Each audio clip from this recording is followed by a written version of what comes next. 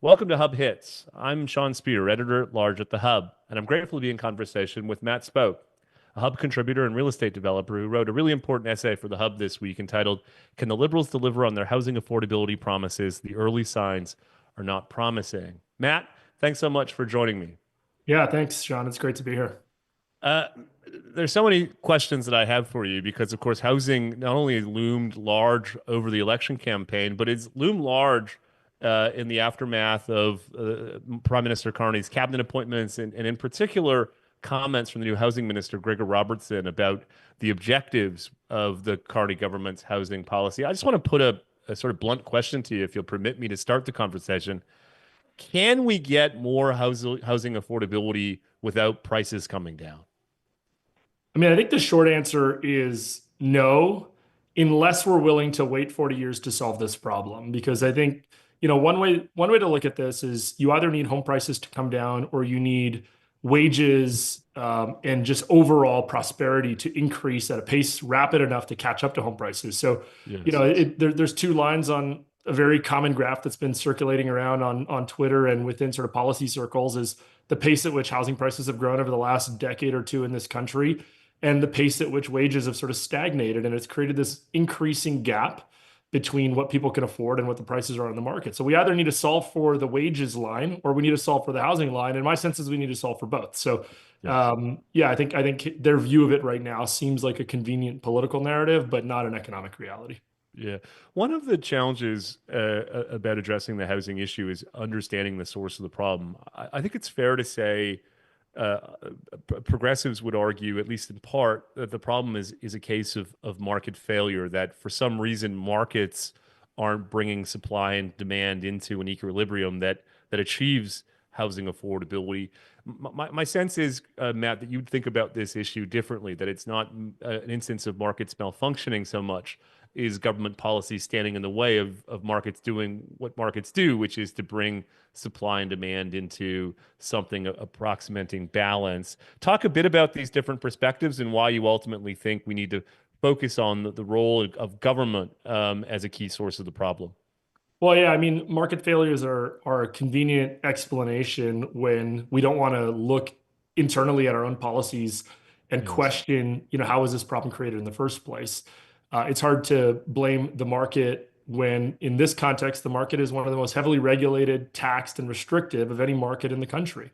You've probably heard this statistic. It's been broadly talked about during the election campaign.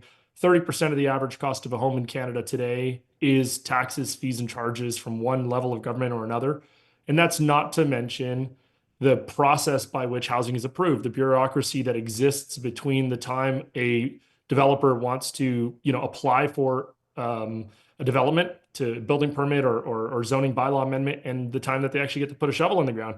There are huge costs in that process that are not paid to the government. They are paid to third-party Yes. consultants, et cetera, but they are just prescriptive by the government that we have to hire these consultants to sort of check certain boxes. So my sense is that 30% number is probably closer to 40 or 45% of the cost of a home Wow.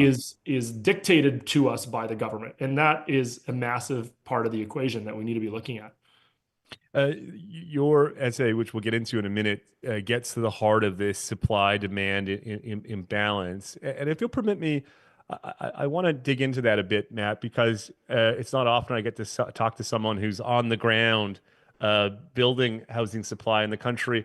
And one thing that has struck me in recent weeks is the growing attention paid to what appears to be a supply glut of particular types of housing units in the city of Toronto. Help our audience understand this tension. That is to say, well, we have a housing supply problem globally. There are, at least in particular markets, an oversupply or appears to be an oversupply of a particular type of housing unit. How do we square that circle? How should policymakers understand that apparent tension? Yeah, I mean, this is one of the is a perfect example of where government policy drove a certain type of product in a market that probably all else being equal would have delivered different types of products. So what we're talking about, broadly speaking, in cities like Toronto and Vancouver, and I'm sure other places in the country, is a huge oversupply of small one-bedroom condominiums and high-rise towers in city Yes. cores.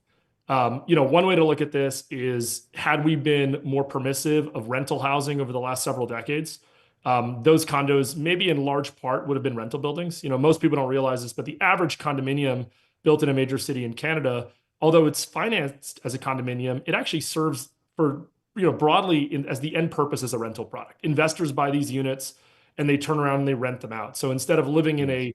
a building that is owned by, a professional landlord, you're living in a condo unit that is owned by a mom and pop landlord, right? But it's still being turned around and rented to you. I think one of the challenges over the course of the last 5 years in particular, but definitely traces back 10 years, is the market started overpaying for these units. We started seeing prices going from what would have been $900 a square foot some reasonable time ago in cities like Toronto to $1,100 a square foot, $1,300 a square foot, $1,500 a square foot. And what's happened now is that the buildings that were sold back in 2022, 2023, because you'll remember that in the market for condominiums, units are pre-sold before construction begins. Yes. Those construction projects are now reaching completion. And so we actually have a very large number of units being completed in 2025. This is a peak year. It is not representative of the health of the real estate market today. It is representative of the health of the real estate market in 2021 or 2022 when Sure. the units were sold. And what's happened is that investors that bought these units that may have paid, call it $1,200 or $1,300 a square foot. Imagine as a simple example, 1,000 square foot unit selling for $1.3 million. Now they're realizing that unit's only worth $800,000. Mhm. They don't know what to do as it relates to financing because the banks aren't necessarily willing to lend at the price they paid. They want to lend at the value it's worth. They can't necessarily recover their mortgage payments with rent because the renter is not willing to pay that price to sort of cover that cost. And so there's a huge number of these units sort of stuck on the market. I do think this is quite a temporary problem. As with everything, these units will get absorbed by the market at one price or another. They will eventually clear as rental units or sale units. And by the time we get into 26, 27, and 28, the numbers look very different. You fast forward 2, 3 years, and that'll be the health of today's real estate market. Are people selling condominiums today? No. So therefore, fast forward 3 years, there will be no condominiums getting produced in this country, and we're going to have a massive shortage. So you have to sort of zoom out 5 or 10 years to see the supply imbalance.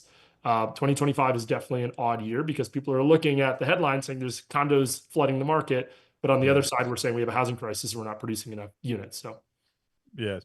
Matt, before we wrap up, we'll come to your forward-looking ideas as set out in your thoughtful essay. But before we get there, you've had a bit of a peculiar week, and I'm not talking not talking about your wife having your third son. I mean that you ended up in a online exchange with the new housing minister. Talk a bit about that and what you took away from Minister Robertson's observation, both in his media scrum, which generated a lot of attention, but within your own exchange. In your mind, does he and the government have a clear understanding of the nature of the problem in our housing market, and in turn, the right ideas to address it? Well, listen, I'll say to start, I was skeptical for one of this government, but I want to give them the benefit of the doubt in order to just, put our patriotism first and solve this problem for the country, regardless of partisanship. But I did find it surprising, there's two members of that caucus, Sean Fraser and Nate Erskine-Smith, that if you are a liberal, you would have considered to be quite high caliber in their tenure as housing ministers. I think they did a lot of things wrong, but they said a lot of the right things.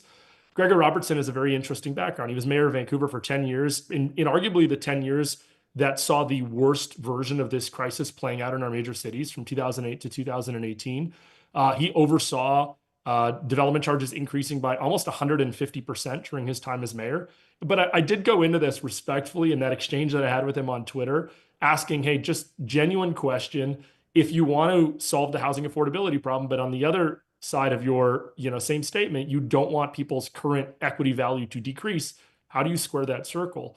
And he Yes. replied quite simply, we need to build affordable housing at scale. I think there's a disconnect in the policy prescription that the liberals are putting forward and definitely in Minister Robertson's own sort of view of this problem and what the long-term consequence of that policy will actually end up being.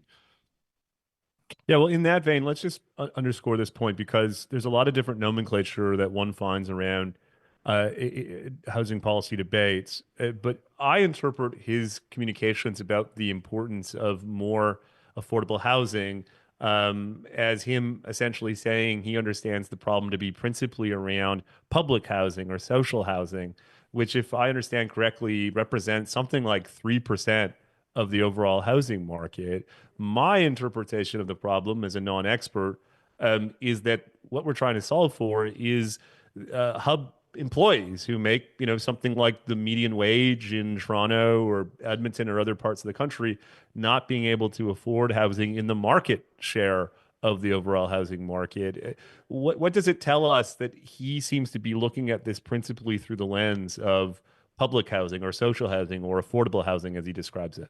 I think there is a role for government, whether federal, provincial, or municipal, to, act in the context of subsidized housing for people that fall through the cracks. I think Canada, we are proud of, being a society that sort of takes care of our most vulnerable. I think to consider that policy a solution to a broader market imbalance is misguided. I think, the problem we have, as you mentioned, is that the market price for housing is unachievable for most median income young Canadians that aspire to home ownership. And I don't think building a bunch of government subsidized units solves that problem. And so I do think that they are missing a massive part of the solution here in terms of addressing the private sector's ability to build housing and what is holding the private sector back. And then in parallel to that, I'm very supportive of the idea of the federal government making lands available and maybe even, playing some role in supporting provinces and cities of getting access to more subsidized housing units, because I do think there's been an Sure. undersupply of those over the last several decades. But that doesn't solve the market imbalance that we're talking about here. Which is a great segue then to the recommendations in your essay that I'd encourage everyone to check out on the Hub website, www.thehub.ca. You really zero in on some key ones, some proposals that will be familiar to our audience, but some that are really novel and interesting. Why don't we go through them quickly? The first is you characterize as freeing the market to build at scale. Talk a bit about what policymakers, particularly at the national level, need to be doing in order to permit markets to do what markets do, and that is boost supply in line with demand. Yeah, and I use that word at scale sort of to piggyback off of the minister's own comments about building affordable units at scale.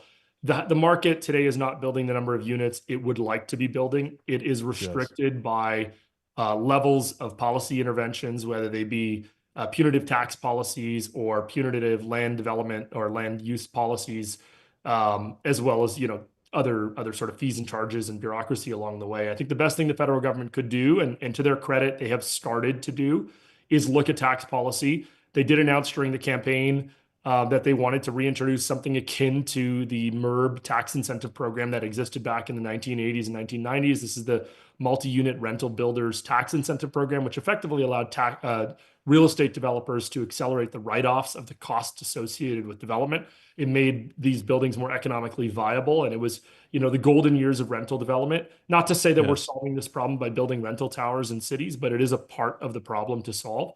I think what they've done on GST, which could be matched by provinces with negotiation, is a good start. I don't love the federal government restricting this to first-time home buyers or restricting it to homes under $1 million. I think the market does not differentiate between a second and third time home buyer and a first time home buyer, and I Yes. don't think our tax policies should either. And the threshold of $1 million effectively says we want people to be able to afford homes in every city but Toronto, Vancouver, and Montreal, where homes are just Yes. by default more expensive than $1 million. Um, Yes. so I do think tax policy is the one area where they could, and I don't know if Carney will be successful at this, but they did make they made a big point during the campaign of talking about reducing development charges by up to 50%. It's worth mentioning that development charges are municipal charges permitted by provincial legislation. The federal government does Yes. not directly control these things, but they can, for example, backfill lost revenue as a way to nudge municipalities to reducing these fees. I think these are generally good things. In the area of nudges, one of the most interesting and innovative proposals you set out, Matt, is a tax relief targeted to young Canadians transitioning from whatever form of education is terminal for them into their employment or professional lives. Talk a bit about your idea and how it fits into this broader agenda of making homeownership affordable for Canadians. And I'll say, I think, and you might correct me if I'm wrong here, Sean, but I think I actually took inspiration from you on this. I think you talked about this several months ago, the idea of creating sort of a tax exemption or a tax-free period for people entering the workforce. I think there'd have to be a lot of mechanical details to be figured out on something like this. But the general idea is that the system we've built today has been very favorable to a certain generation of folks, Gen X and baby boomers that bought homes at the right time and saw their values appreciate because of the pace at which the housing market has grown in this country. And younger Canadians, millennials on down, have been stuck sort of in this awkward position of not being able, doing everything right, but not being able to get into the market. So the proposal is really a massive tax relief for young Canadians. I'm proposing something akin to up to your first $500,000 of earnings. So you can think of that as like maybe for the average Canadian not having to pay income tax for the first 7 or so years of your career, Yes. while you're putting money aside to get into the market. That in and of itself does not solve the prices in the housing market in the short term, but it allows sort of this current generation to maybe get into this expensive housing market. It has to be paired, though, with very, very strong pro housing supply measures that encourage the market to sort of pick up its pace of development. So, this would be a measure to say, hey, we're gonna give you tax relief. Maybe it's more targeted. Maybe it's done in a way where we say, hey, you get this tax exemption if you're putting money aside for a down payment, if you're putting money aside to get into the housing market. If not, I think we end up with a very, very difficult social problem on our hands where the average young Canadian just can't break through. And not just because of the economics impact of that, but also just like the social impacts of not Yes. having young Canadians feeling stable enough to do things like start families. And what are Yeah. all the downstream implications of that? So that's sort of my most aggressive proposal in the piece that I put forward. Well, it's an important piece. We were proud to publish it. It's entitled "Can the Liberals Deliver on Their Housing Affordability Promises? The Early Signs Are Not Promising." Matthew spoke. Thanks so much for joining me, and look forward to continuing this conversation over the Thanks over so the much, coming Sean. months and years. Thank you.